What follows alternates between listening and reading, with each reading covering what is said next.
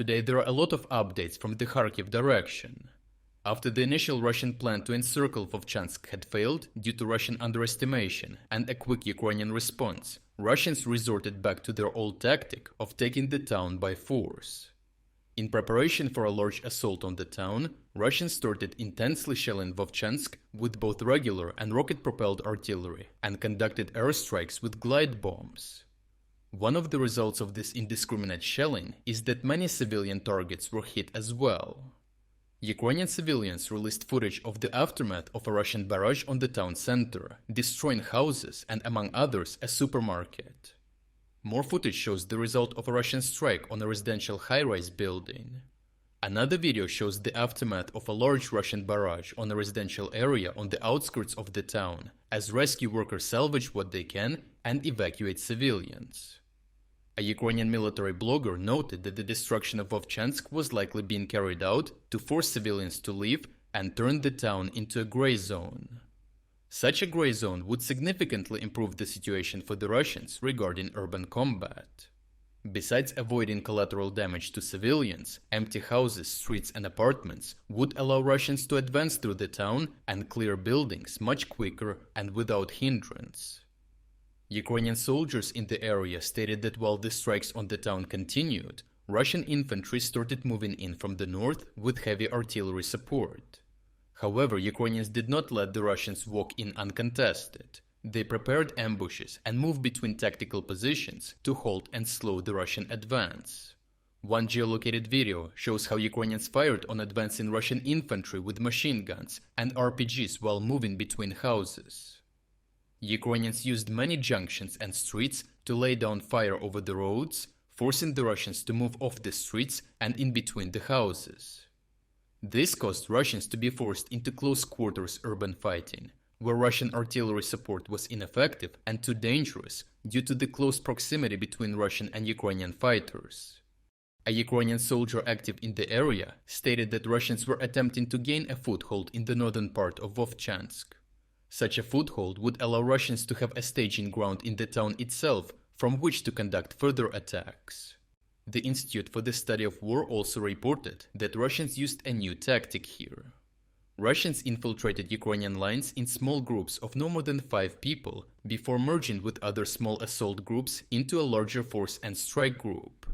Russians used this tactic extensively to cause confusion in the Ukrainian lines and quickly advanced deeper into the town. These larger Russian strike groups quickly crashed into the defensive line that Ukrainians had established to defend Vovchansk north of the river. This main defensive line defends the industrial zones and the high-rise district. The inherent build of these structures, with their many rooms and windows, provides an excellent defensive fighting position for the Ukrainians.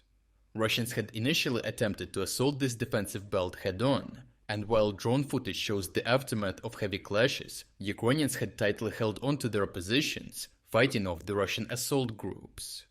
As Russian forces wanted to maintain their momentum, they had only one option: to take control of the hospital buildings in the eastern part of Vovchansk above the river.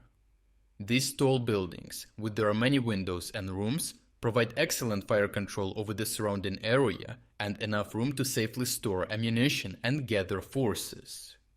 Taking control of the hospital buildings would create an opening for Russians to push further into the town and cut off a major center of Ukrainian resistance in the high-rise district. Russian supply lines were also severely overstretched, as all reinforcements and ammunition had to come from Russia itself. Establishing a forward operating base in the hospital would allow Russians to alleviate some supply pressure as well, as it then could be distributed from a central location. Geolocated footage showing an FPV strike on a small Russian assault group indicates that Russians were advancing deeper and deeper into the town in the direction of the hospital. Eventually, Ukrainian sources released footage of Russian infantry having reached the hospital buildings and entering them. Ukrainian military bloggers confirmed that Russians had taken complete control of the hospital, while footage showed Ukrainian artillery firing on the buildings. Because of the hospital building's significant tactical importance and the consequences for the Ukrainian defense should the Russians continue to hold on to them, Ukrainian commanders had to act. After Russians had accumulated a large number of forces, equipment and ammunition in the buildings, Ukrainian commanders called in airstrikes with multiple heavy JDAM guided bombs. The result was the complete destruction of the buildings, with all that was inside foiling the Russian plans to outflank the high-rise district and solve their supply issues. With their ammunition destroyed and their supply lines again severely extended, many Russian assault groups became undersupplied, especially around the Ukrainian defensive belt. A Ukrainian military blogger in the area stated that while the situation was indeed difficult, Ukrainian forces had succeeded in destroying many of the Russian assault groups infiltrating Vovchansk. The chaotic fighting style that the Russians adopted also led to a high amount of Russian losses.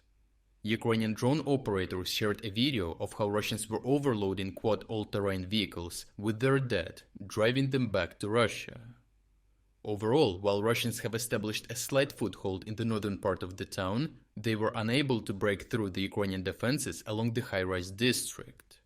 The Russian tactic of infiltrating Ukrainian lines overextended Russian supply lines, causing many Russian assault groups to be destroyed once they came in contact with the Ukrainian defensive positions in the high-rise district.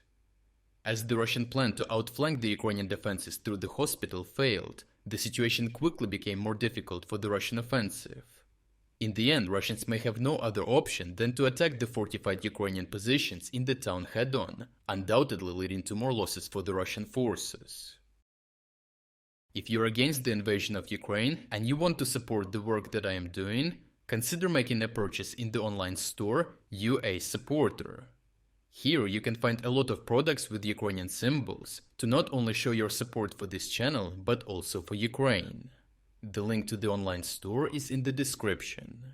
Thank you for watching this report, and I will see you in the next one.